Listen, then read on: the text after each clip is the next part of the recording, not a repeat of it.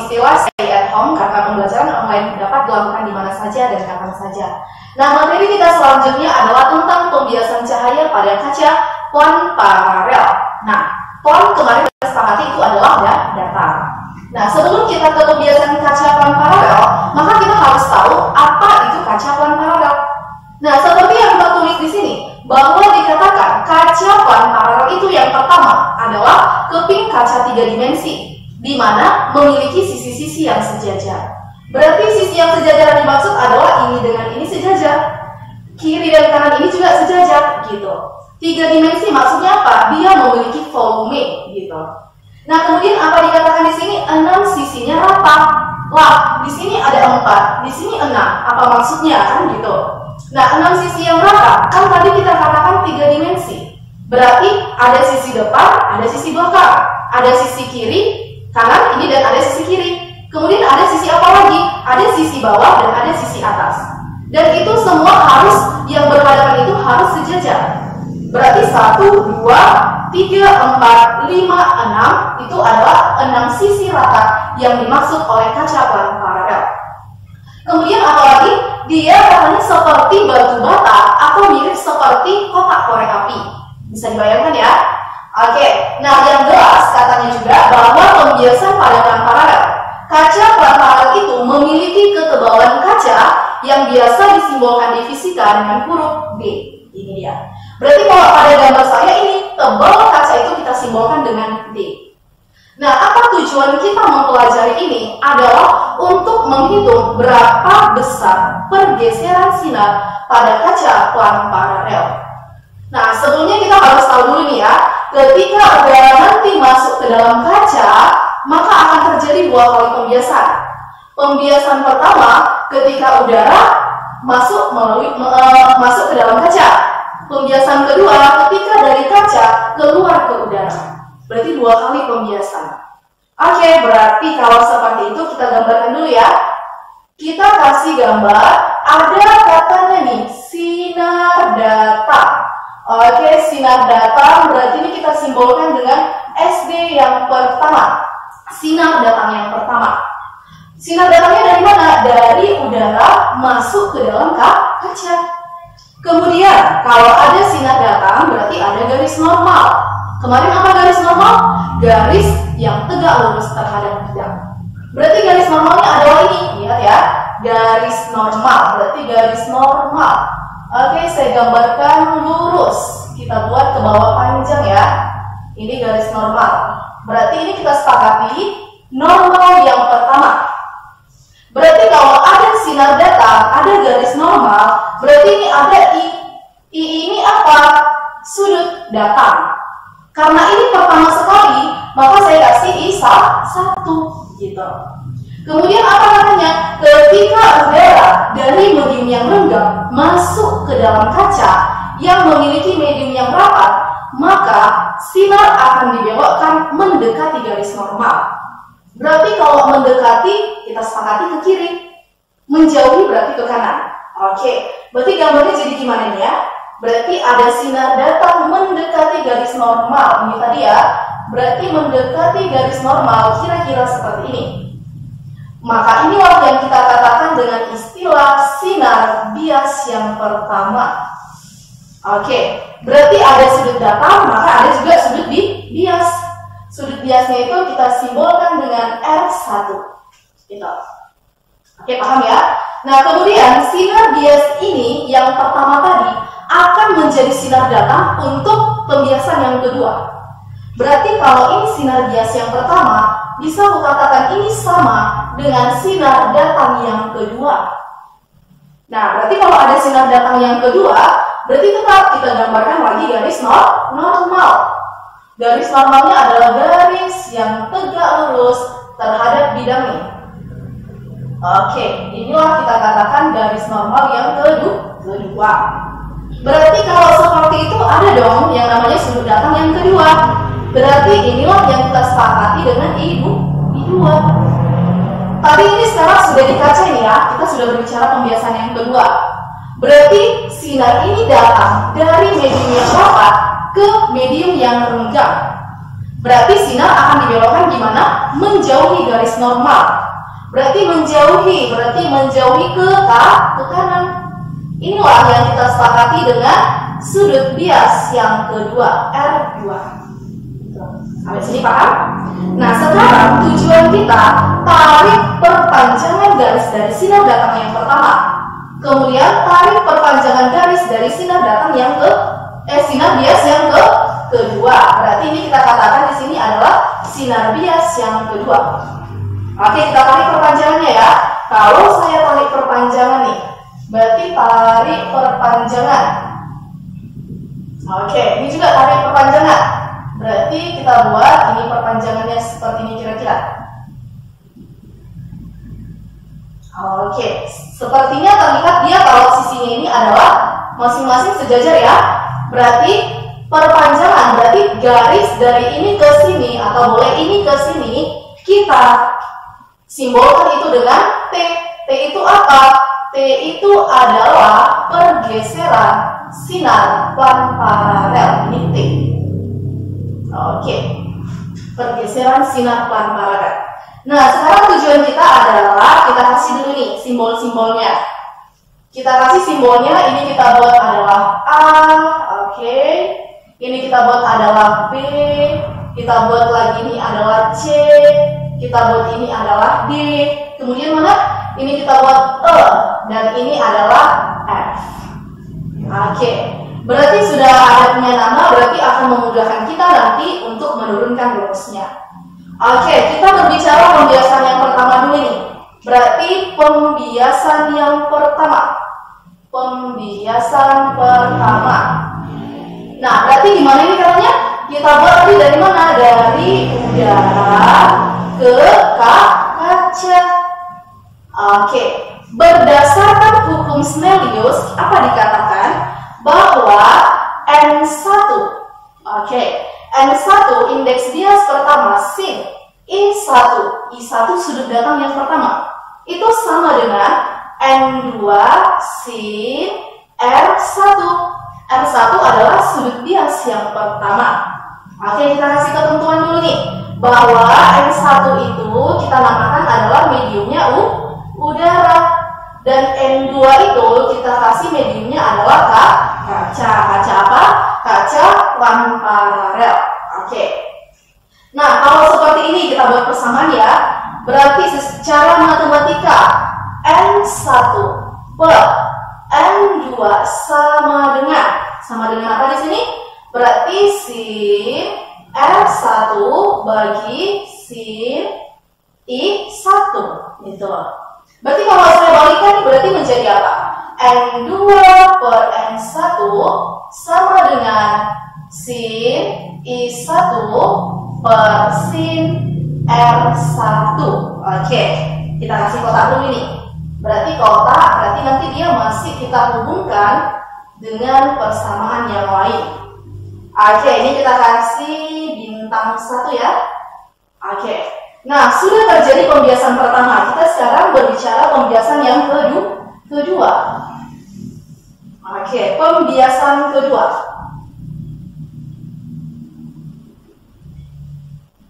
Pembiasan kedua, berarti ini dari mana? Dari kaca ke udara. Berarti ini pembiasannya adalah pembiasan yang kedua. Berarti sinar datang dari kaca keluar ke udara seperti itu. Nah, kembali lagi masuk ke persamaan hukum Snellius. Dikatakan apa? Bahwa tadi yang tidak, berarti kita sekarang sudah dari kaca. Kaca tadi N2. Berarti N2 sin. Berarti sudah datangnya apa? I2. Berarti sin I2 sama dengan. Berarti apa? Dia kembali ke udara nih. Berarti N1 sin R2. Konsisten. I1 R1. I2 R2. Oke, ganti lagi persamaannya. Berarti kita matematikakan N2 per N1 sama dengan. Berarti sama dengan apa di sini? Sin R2 per sin I2. Oke. Berarti kita kasih kotak lagi. Kita kasih bintang keberapa nih? Berarti bintang yang kedua. Oke. Nah, sekarang lihat persamaan di bintang 1 M2 per M1 ruas kirinya. Persamaan di bintang 2 berarti tetap M2 per M1. Berarti sama dong ruas kirinya. Berarti kalau sama, kita lakukan substitusi atau eliminasi. Nah, berarti kalau seperti itu, kita buat apa di sini? Nah, berarti M2 kita samakan ya, bintang 1, bintang 2. Berarti apa di sini? Sama-sama M2 per M1 ya. Berarti kita buat persamaannya jadi sin I1 per sin R1 sama dengan, ambil persamaan ruas kanannya. Berarti sin R2 per sin I2. Oke. Berarti kalau seperti itu, lihat dulu ya. Nah, ada di sini I2 ya. Berarti ini I2 itu kita katakan sama dengan siapa? Sama dengan R1. Kenapa? Orang matematika bilang sudut yang berseberangan sama besar. R1 dengan I2 berseberangan. Berarti sudutnya sama besar. Oke, kita buat keterangan. Karena, berarti karena I2 sama dengan R1. Kenapa tadi? Karena berseberangan. Sudut yang berseberangan sama besar. Oke, berarti di sini jadi apa? Berarti gantikan nanti ya. Ada I2 ini kita ganti jadi R1. Kembali ke laptop. Bahwa sin I1 per sin R1 sama dengan, berarti sama dengan apa? Sin R2 per sin I2 nya kita ganti jadi R1. Berarti sin R1. Perhatikan ruas kanan dan kiri. Ada nggak yang kiamat di soal? Ada dong. Berarti yang kiamatnya di mana? Di penyebut. Ruas kiri kiamat. Ruas kanan apa lagi? Gitu kan? Nah, maka yang tersisa adalah sin I1 itu sama dengan sin R2. Berarti kalau seperti itu, sin ruas kanan dan kiri sama-sama punya sin, juga kita musnahkan, musnah. Maka yang tersisa apa? Bahwa I1 itu sama dengan R2. Sudut datar yang pertama sama dengan sudut bias yang kedua. Dari sinilah kita buktikan bahwa apa? Sisi-sisinya, sisi siapa? CD akan sejajar dengan AB. Berdasarkan ketentuan ini, maka bisa kita tentukan AB udah sejajar dengan CD. Kenapa? Terbukti dari persamaan hukum Snellius. Ini dia, terbukti, reality kan gitu. Oke, next.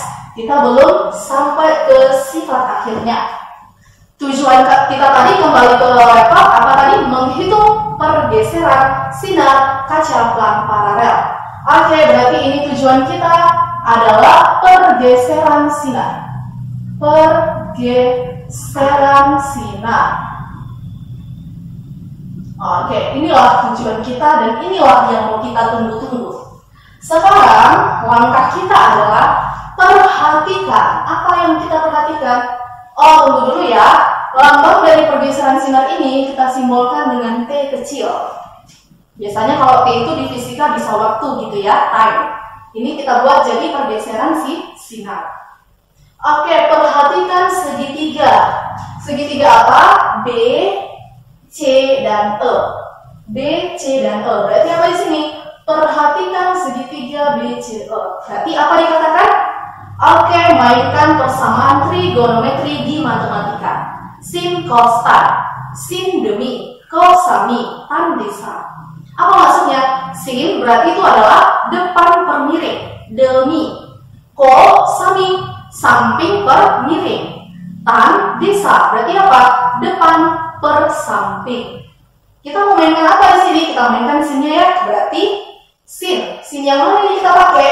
Inilah saya kasih simbolnya adalah B beta. Berarti di sini sin beta sama dengan demi, depan per miring.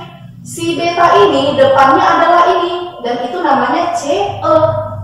Oke, berarti di sini CE per miring. Miringnya mana ini? Dari sini ke sini berarti CB atau BC. Berarti kita buat BC. Oke, lagi. Berarti sin beta. Berarti beta itu sebenarnya berasal dari ini, sudut yang ini. Dan ini dengan ini adalah sudut yang bertolak belakang. Berarti sudut bertolak belakang sama besar. Berarti beta ini bisa kita buat jadi apa? I1 kurang R1. Oke, sama dengan CE. Berarti itu kita simbolkan tadi dengan huruf T. Berarti CE-nya itu adalah T per BC. Itu dia. Berarti kalau saya mengambil BC, BC-nya apa? BC sama dengan T per apa? Sin I1 kurang R1. I1 kurang R1. Oke, kita kasih kotak dulu ya. Berarti kotak ini masih kita butuhkan untuk persamaan berikutnya. Oke. Next, perhatikan apa lagi? Ini tadi sudah kita perhatikan BCE, berarti kita sekarang perhatikan segitiga yang mana yang belum terpakai. Lihat ya, BCF. Berarti perhatikan segitiga BCF. Sekarang saya tidak memakai lagi persamaan sin. Saya pakai persamaan cos. Loh, kok ganti-ganti, nggak konsisten kan gitu. Nah, kenapa persamaan cos? Cos itu tadi apa? Sami, samping per miring. Aku harus menghubungkannya dia, ada nggak hubungan pergeseran nanti ke tebalnya kaca tersebut gitu. Berarti jadi apa di sini? Kita pakai cos ya. Berarti cos siapa? Kita pakai cos R1. Berarti sami, samping per miring. Si R1 ini sampingnya si BF. Miringnya siapa? Tetap BC. Berarti di sini adalah BF per BC. Oke, mudah ya? Oke, lagi. Berarti di sini cos R1 sama dengan BF. Mana BF di sini? B ke F. Kita lambangkan tadi dengan D. Berarti D per BC. Oke. Berarti kalau BC gimana? Bersama-sama BC ya. Berarti BC di sini adalah D per cos R1. Oke, kita kasih kotak di biru. Berarti masih kita butuhkan. Oke, lagi. Sedikit lagi ya, hampir 12. Oke, sama-sama BC ya, BC. Kita kasih lagi, ini persamaan bintang 1. Ini kita kasih bintang 2, banyak kali bintang ya. Oke, persamaan bintang 1 dan 2 kita substitusi. Bintang 1 dengan bintang 2. Berarti ruas kirinya sama-sama BC. Berarti kalau sama-sama BC nih, berarti ambil ruas kanan ya. Ruas kanannya apa? T per sin I1 kurang R1 sama dengan apa ruas kanannya di sini? D ya. Berarti D per cos R1. Tujuan saya tadi apa? Mencari besar nilai T. Kali silang dong. Berarti apa? T sama dengan D kali sin. Berarti D sin I1 kurang R1 per. Dia tetap. Berarti apa? Cos R1. Inilah persamaan yang kita tunggu-tunggu. Oke, ini adalah persamaan pergeseran sinar paralel. Sekarang kita kasih keterangan bahwa T itu tadi apa? Pergeseran sinar. Kemudian apa lagi? Kemudian sini D itu adalah ketebalan kaca. Tebalan kaca. Kemudian apa lagi yang perlu kita buat? I. Berarti I1 adalah sudut datang yang pertama. Sudut datang pertama itu dari mana? Dari udara ke kaca. Kemudian ada apa lagi? Ada R1 ya. Berarti R1 adalah sudut bias pertama. Bias pertama dari mana? Tetap dari udara ke kaca.